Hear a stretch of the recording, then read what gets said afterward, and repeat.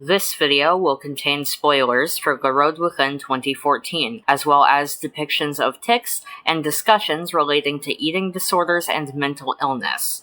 Viewer discretion is advised. The Road Within is an American indie film that was released in 2014, based on, specifically, the trailer for the 2010 German film entitled Vincent Wants to See, and follows the impressive cast of Robert Sheehan, who plays Vincent, a young adult with severe Tourette syndrome, a recently deceased mother, and anger issues, Dev Patel as Alex, a young British man with severe obsessive-compulsive disorder, and Zoe Kravitz as Marie, a young woman with severe anorexia and bulimia. It also features Robert Patrick as Robert, Vincent's horrible father, and Kira Sedgwick as Dr. Rose, the head of operations at the residential behavioral help center where Vincent, Alex, and Marie first meet. The basic plot of the film is that Vincent's dad sends him to a behavioral treatment center to try and get better control over his tics. Shortly after Alex and Marie are introduced, Marie steals the keys to Dr. Rose's car, and the three patients go on a road trip together, trying to make it to a beach where Vincent can set free his mother's ashes, all the while growing closer and more comfortable around each other and learning to accept themselves better as well. It's a really good movie, only about an hour and a half long, and is currently free to watch with ads on YouTube and Tubi, so if you haven't seen it, I highly recommend giving it a watch, though do keep in mind that it comes with the same content warnings I issued at the top. What I'm specifically here to talk about in this video, though,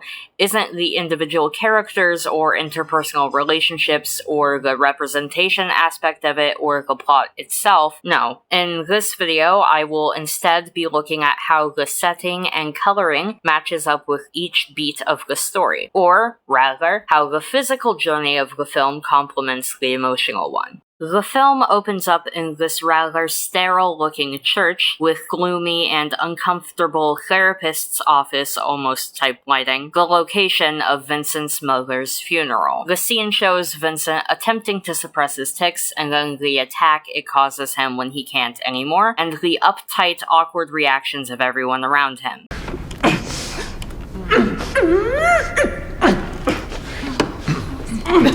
Vincent isn't really accepted for who he is by the people in his life, and the stifling atmosphere of this church reflects that. Even when he goes outside to be alone and deal with his outburst in private, he's still in these stifling funeral clothes, and the lighting is still that same sort of muted, uncomfortable vibe. The next scene we see is in the house that Vincent was living with his mother up until she died. The place is a mess, and there's various clothes and things scattered around the place. This is environmental storytelling to tell the audience that his mom was also a bit of a wreck, but it doubles as a fittingly chaotic background to the yelling match that he and his dad end up having in this scene. Be packed and ready to go in 20 minutes. I am not going into a hospital! It's not a hospital!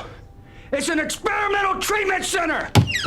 Next, we see the initial intake conversation between Dr. Rose and Vincent. Ironically, even though I described the church lighting as like a therapist's office, the lighting and environment in this room feels far less stifling and oppressive, which fits as Dr. Rose is the first person we see who treats Vincent with kindness and doesn't display judgment for his tics. The office itself is also more inviting, with various plants around the place, a big sofa, and large windows that let plenty of natural light in. She wants to help him manage his condition better so he can have a higher quality of life, of course, but she doesn't treat it like an inherent flaw or something that needs to be beaten out of him, which is how his dad treats him, and the setting in this scene reflects that. He's brought to his room where he first meets Alex, his roommate, who has very severe contamination OCD. Take your shoes off!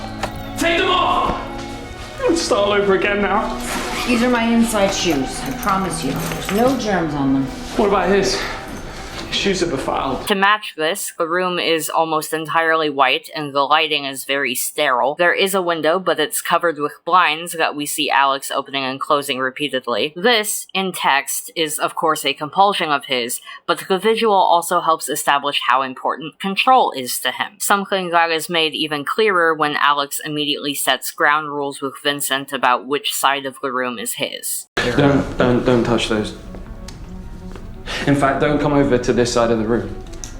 This is my bed, my desk, and my wardrobe. Everything on that side can be yours, but you do not cross this line, understood? All right. When Vincent first meets Marie, they go on a walk through the facility. This is more open and free than the room with Alex, but they are walking along a predetermined path set by Marie, showing some restriction. Marie feels restricted and uncomfortable at this place because she's scared of or doesn't necessarily want to get better, which is what leads to her taking off. And this restrictive quality is also something that becomes evident with her and Vincent's relationship in the end of the movie. This scene, of course, also shows the full setting of the facility, the interior parts of which all have this cozy but depressing lighting to them. This isn't exactly a glamorous or fun or even high-end facility. It gets the job done, more or less, but it clearly has a few faults. Computer room, but the internet blows. TV room, no cable. Game room, but they're all stupid. And finally, the sweet smell of gourmet shit. At night, when Vincent's tics start acting up, Alex turns on classical music, which calms them both down. The lighting still has that sterile quality that the room does in daytime, but it's a bit more comfortable here. And in terms of this beginning portion of the film, the last thing I really have to point out is the atmosphere when they all initially leave the facility. It's dark outside, apart from a few parking lot lamps. The air of it is very much like gloomy parking lot at night. Maybe a crime will happen out here. The sort of thing that, for me, brings to mind, like, Mr. Nightmare thumbnails. And, to fit this, they do essentially kidnap Alex. It's played for laughs, but he didn't actually want to come with him. They just forced him in the car because otherwise he would have ratted them out to Dr. Rose.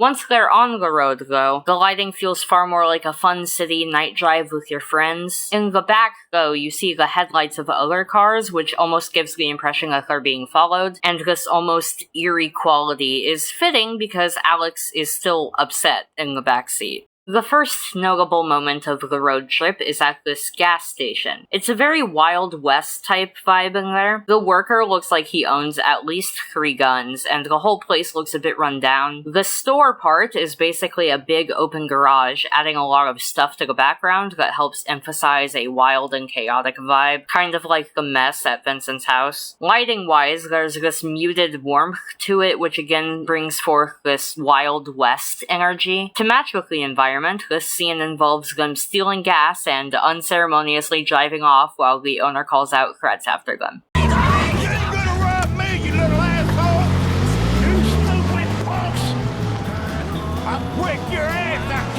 The next point we see them at is at night. This is one of the lowest points for the three of them in this movie. They just spent most of their little money on food, and tensions are very high. On top of all of this, it's raining, and the windshield wipers on Dr. Rose's car are barely functional, meaning that they were forced to hunker down somewhere. The lighting is dark and has this harsh, somber quality to it, something which is only amplified when Alex kicks Vincent out of the car. And all the yelling and smoking will take place outside of the car. Alex! Fuck! Wait! Fuck! I said out!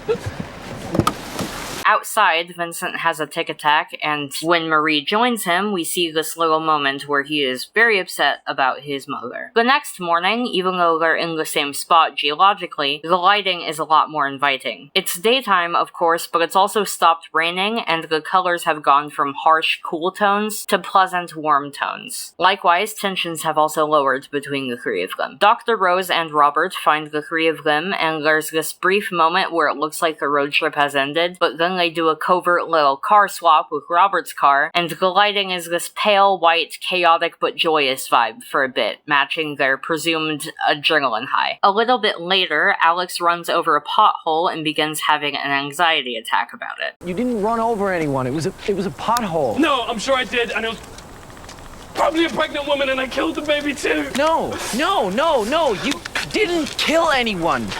No pregnant lady, no baby. Just shut up and look around for a body! They're still outside in broad daylight, but this scene takes place specifically under some shade, which mirrors the shadow of anxiety that, for Alex, as this is an Alex-focused scene, looms over an otherwise pleasant time. Next is one of my favorite moments out of the whole film. It's a montage of on-the-road moments set to this bright, cheery song, Get It Right by Oh Honey. Oh no, here we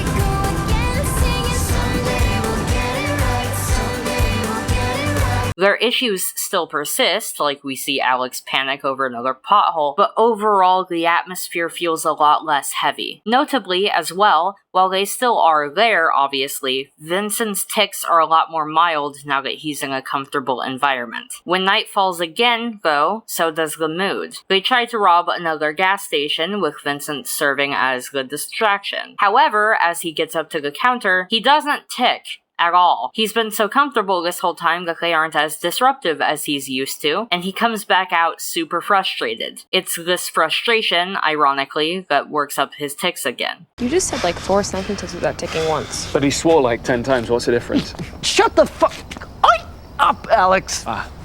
There they are. To match, the lighting is similar to the parking lot scene right where they left, which is to say a bit unsettling, but there is more light due to the gas station window. This is a low for them, but it's not as extreme as some of the other lows we've seen previously. For this next scene, I know I said this wouldn't be an analysis of characters or relationships, but something that is important to note is, in addition to the developing romance between Vincent and Marie, there's subtle but still absolutely present hints towards Alex having less than platonic feelings for Vincent as well. I'm not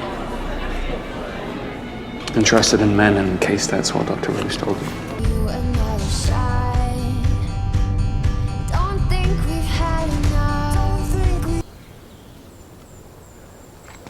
You're wearing my windbreaker. In this scene, shortly after they leave the second gas station, Vincent and Marie get high and then start dancing together in the car's headlights. While this is happening, Alex is looking through the various settings on the car, which is much higher end than Dr. Rose's since Robert is a rich politician. He finally looks up, however, just as Vincent and Marie kiss. The lighting from the headlights almost looks like a spotlight on them, and when we see Alex's reaction, he's in the dark, like an audience member. I'm editing this right now, and it looks like he's watching a movie, right?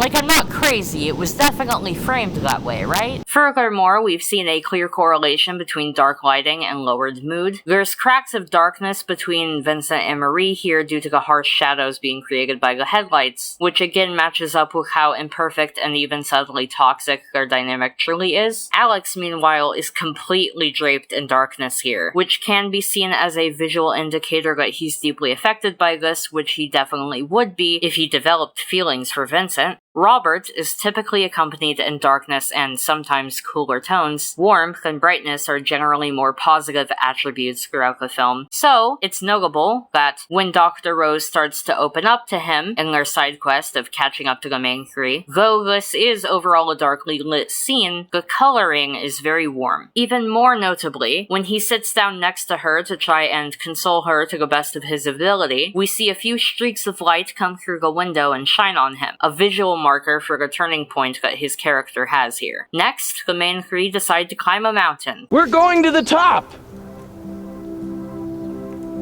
What? Throughout the montage of their journey to the top, we see Alex and Vincent in the more brightly lit foreground, excited to see the top of the mountain, whereas Marie drags behind in the back, oftentimes in the shade, which is subtle visual foreshadowing to the ending of her arc in this movie. The trio eventually does make it to the top of the mountain, marking both the emotional height of their journey, when everything feels peaceful and put together, as well as the literal physical height, since, well, they're on top of a mountain. You can tell that this was also the prettiest location that the film was able to secure, as everything really stops for a moment to let you breathe it in.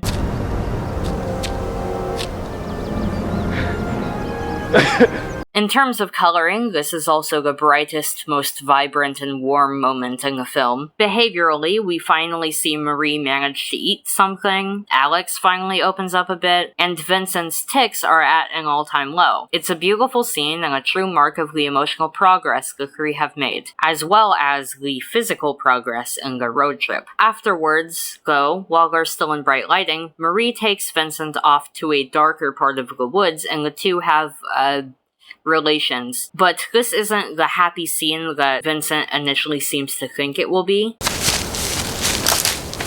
Marie is draped in shadow during it. It ends before any real progress is made. And we also see this almost haunting shot of the dark bridge they're next to. Vincent is facing the darkness and is quite literally only a few short steps away from being completely drenched in it. When the two leave the woods to find that Alex has taken off with the car, everything is still brightly lit because, again, it's broad daylight, but the vibrancy from a few minutes ago is completely gone, leaving the scene with more of the sterile, muted quality that we saw in the earlier parts of the film. When they find Alex again, the entire scene is draped in shade, as though Vincent walked into the darkness of the bridge from earlier, and this is accompanied by a very violent outburst from Vincent in which he beats the shit out of Alex. It's very decidedly another hard-hitting low for the trio, but that warmth hasn't left, and the three even managed to laugh about it afterwards, even though clearly none of them are okay. A similar moment happened earlier in the film, which I didn't talk about because visually there wasn't much to comment on, and there was no joy or humor at the end of that. So the fact that they've all grown comfortable with each other enough to where they can still extrapolate some laughter from this sort of thing is a clear sign of emotional growth. A 3 steps forward, 1 step back sort of deal. This is then followed by a scene where Robert finally opens up and shows some remorse for how he's treated Vincent. And I just wanted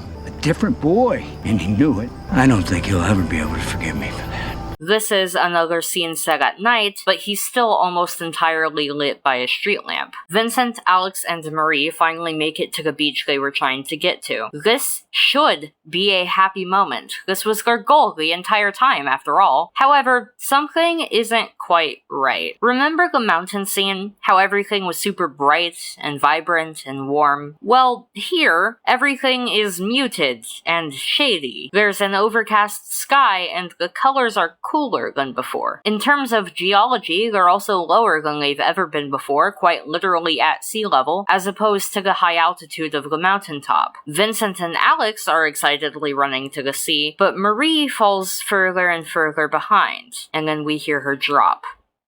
Her heart gave out on her. When we see her in the hospital, we're informed that she had died and that paramedics brought her back, the physical toll of her eating disorders catching up to her. She has a blue blanket over her, a cool color, and the lighting is a bit shady and dark despite the fact that the room is fully lit. She begs Vincent to stay and to break her out, but he can't do that. As much as he loves her, he can't give her the help that she needs, nor should he have to, so he gives her his information and leaves the room. Please!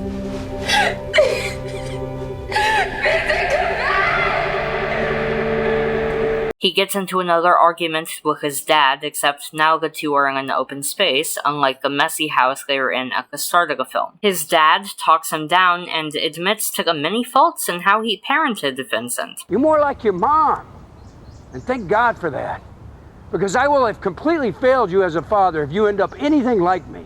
This scene concludes in a hug between the two of them, a fully genuine one, in contrast to their hug when Vincent was dropped off at the facility at the start of the film, and we get this shot, where his father is brightly lit, hugging him even when he is in this shadowy emotional low. They're in a darker area, but everything is still vibrant. The rest of the film is bright and vibrant as we see Vincent and Alex take a walk along the beach together. It's not at the same height that the mountain scene was, as they still have a lot of work to do, but overall progress has been made. Vincent reached his intended destination, Alex is genuinely smiling, which we hardly ever saw prior, and they even begin planning a visit to Marie. The emotional journey is complete, clear progress being made from the start of the film, and the physical journey to the sea has also been fulfilled, leaving this as a pretty good place to end off the story. While I'm sure some of these lighting and environmental moments were purely incidental, one cannot ignore the title of the film, The Road Within, which draws a clear parallel between the literal road trip and the journey that the characters have within themselves. So I don't think it's too far-fetched to believe that a lot of these things, at least, were intentional. The mountain scene, for instance, was definitely meant to be a visual and emotional high point for the movie, something which is driven even further by the fact that this is the visual that they chose for the movie's main poster and box art. Darkness, muted colors, and cool tones show a pretty consistent correlation to emotional lows throughout the film. On the flip side, brightness, vibrant colors, and warm tones show a correlation to emotional highs. Geologically, while not as consistent, the mountain scene and the first beach scene show a literal height for the highest moment of joy, and a literal low for when a main character temporarily dies. These aren't things that a first-time viewer will likely actively notice as they watch the film, but they help contribute to the mood and even provide subtle moments of foreshadowing that one may subconsciously pick up on, and I think it's all pretty neat. This video was a part of a 48-hour video essay jam hosted by the Essay Library. The playlist where you can find all of the submissions to the challenge will be linked in the description if you want to see more video essays that, in some way, fit the provided theme, which was Journey. Stay safe, stay hydrated, and have a lovely day.